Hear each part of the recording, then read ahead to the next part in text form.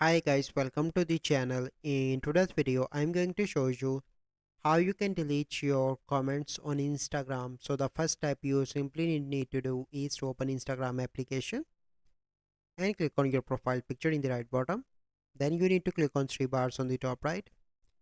And here you can see option of your activity. Click on that. So once you are here, you simply need to do is to click on comments. And here you need to select the comment that you want to delete, and in the bottom you can see delete option. Click on that, and here you can see that are you sure that you want to delete, so click on delete. So wait for a few seconds, and now you can see that my comment is deleted. So this is the process. I hope you find this video helpful. If you find this video helpful, must like this video, subscribe to our YouTube channel for future videos. We'll see you in the next video. Thank you, have a good day.